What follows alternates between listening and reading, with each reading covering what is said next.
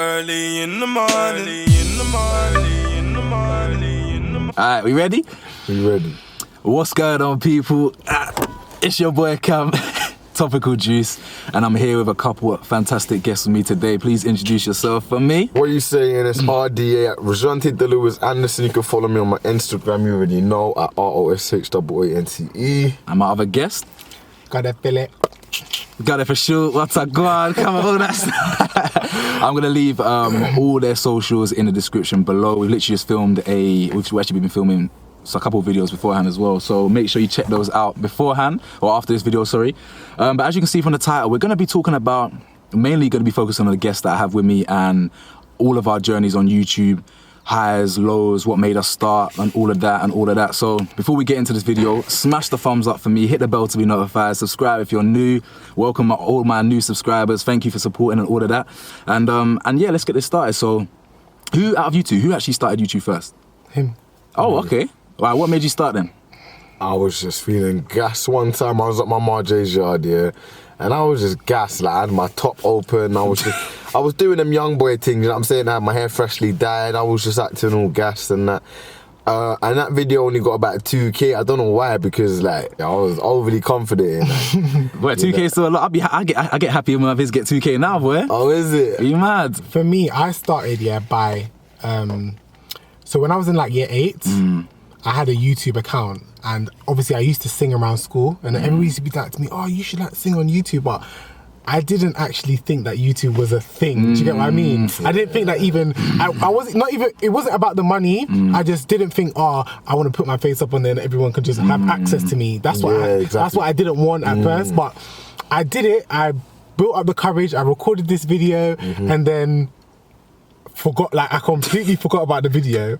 I go back on that channel, because I didn't even use the email anymore. Go back on that channel and I see bare views on the video, comments, and I'm like, no, this video. What the video got views? Yeah, the video got views, because I was quite, I'm not popular, but I had a lot of friends in school. So we all like used to share our platforms with each other, but I was the only one that recorded that video and put it on something different, like YouTube. So that video was there. I went back, I saw the video, it made me cringe so bad. The quality was so bad, but in between that time, I had like built my Insta following. I was a character, I was funny. So I said to myself, let me continue, let me do this again. Do you get what I mean? So I came back like years later, which was about three years ago, and I recorded like a rant video, and it was just me saying how much I hate Instagram. Instagram gets on my nerves, and that got about 3,000 views at the time. Just like that was, but it's because I had a following on Instagram, so it just kind of transferred. But yeah, what about you? What made you want to start YouTube? Me personally, so I hate corporations. I hate doing something that my loyal subscribers will know. I went to university. In the lens. There you go. So there you go, bro. To put you. Yeah. I just feel like I'm gonna be looking. You're not. Are you sure? I like leaving these bits in, by the way. So, bro, to answer your question, all I wanted to do in this life is do something where I can be myself unapologetically. It's all I wanted. In every environment that I was working in beforehand, I couldn't do that. I was never the right profile for anywhere that I've worked. Like no one, no one's there. So it's funny actually, because the irony is, even though I'm now pursuing something like that where I can be myself, YouTube is getting heavily censored every single day. I actually can't say what I really want to say and do what I want to, move how I want to move. But at least I've got the freedom to talk a bit more recce. You know what I mean? But obviously it like you guys will know, because you've been on this YouTube thing longer than I have. It comes with a lot of challenges, and you need consistency. So obviously that leads us on to, I suppose, the bulk of the video is what's been some of your major like challenges, and how we've kind of overcome them as well, because we're all at different stages in our journey as YouTubers, isn't it? I feel like for me, like I had to learn that it's not always like to get your views out of your head. Get this whole, I need to bang views out of your head. It needs to go. If you want to be a content creator, do not get stuck on the amount of subscribers you have and the amount of views that are banging, because you will actually appreciate your content when you see the response. So if you look at the response of a video, and obviously yes, the response comes with views and whatever, but when there's a build up of like a conversation in your comments, I feel like that makes you actually appreciate the content that that you're creating, because I can say, yeah, I've got a video that's got over 100k, but it's like, what are they talking about in the video? What is the conversation that's happening in the video? Are they getting to know me? Are we having a conversation where people can take this information away and run with it? Do you get what I mean? So that's what I appreciate when it comes to content creating for me. But there was a time where I was wrapped up in views. I was wrapped up in, oh my God, I just did a prank and it got over 100k. I need to do something. I need to do something that's even more. I need to do something that's even more dramatic and more, so that will get me more views. And I just got lost. And then I felt like, Rob, nobody actually knows who I am. All they care about is these pranks. Nobody actually knows how old I am, what my middle name is, do you get where I'm from, do you get what I mean? So that's why I changed my content and was like, do you know what? I don't care about I don't care about views anymore. If I get 500 views, that's it. The 500 people that watched it, I'm grateful. That's the message I wanted to get across. Do you get what I mean? Good. I hear that. And have you noticed that when you step back from YouTube and you let YouTube do its own thing, basically, you get more comments, you get more views, because it's like people want to find you. It's like, oh, what happened to God? What happened to Cam? And next thing you know, you're getting... You're not in the lens. Next thing you know, yeah, you're good. Yeah, next thing you know, you're getting all these comments, and you're getting people that proper engage with your video. And it's like, hold on a second. When I was banging out videos, you lot were like Casper. Now all of a sudden, now you lot are all here there. Literally. Okay, so when you got your first like 100k, what was going through your head? Nothing, you know. I was just literally what went through my head is, oh no, what is this going to entail? What, as in, how do you mean? As in, like, what have I opened up for myself now? What have I opened up for myself? Hundreds of thousands of people. Yeah. I feel like that was because obviously your video is like exposing you, so you're really like talking about. I'm really talking about me. Yeah. I'm not talking about like a story time. I'm talking about me. And because it's so personal, you got to be careful with that stuff. You know what I'm saying?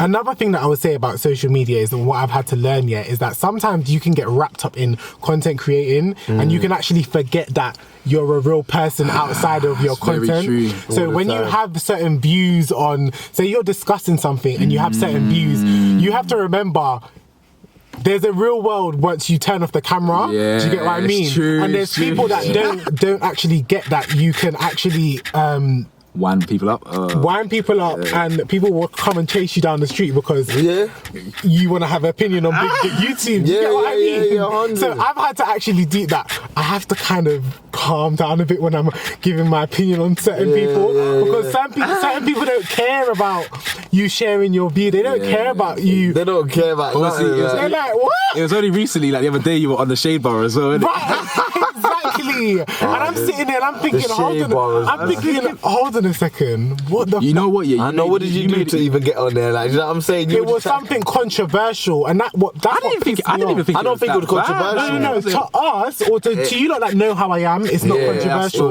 But to an ongoing with us watching it, it's like you're clout chasing, you're seeking attention. But if everybody looked at the way I said it, it was in a jokey way. Yeah, I know it was. Like, I didn't even think. When I watched it, I was thinking to myself, is this really made the shade bar for real? Like, I can't believe it, bro. So basically, the narrative of this individual was that he doesn't approve of men cross-dressing, whatever. So in my video that I was featured in, I based my point was, fam, if somebody wants to just dress in whatever they want to dress, like, just let them do it. Do you get what I mean? But I made a little light joke because I personally felt like it was a light joke. But obviously, I can understand how people can see it as I'm directly calling out somebody's name. So I can understand how it can come across. But it was a light joke, and I was just like, I'm gonna twerk in your ends, and you can't do nothing. And I just snapped my fingers and walked to the house. I wasn't trying to start nothing like that. Do you get what I mean? I know, it got blown out of proportion. But the thing is, this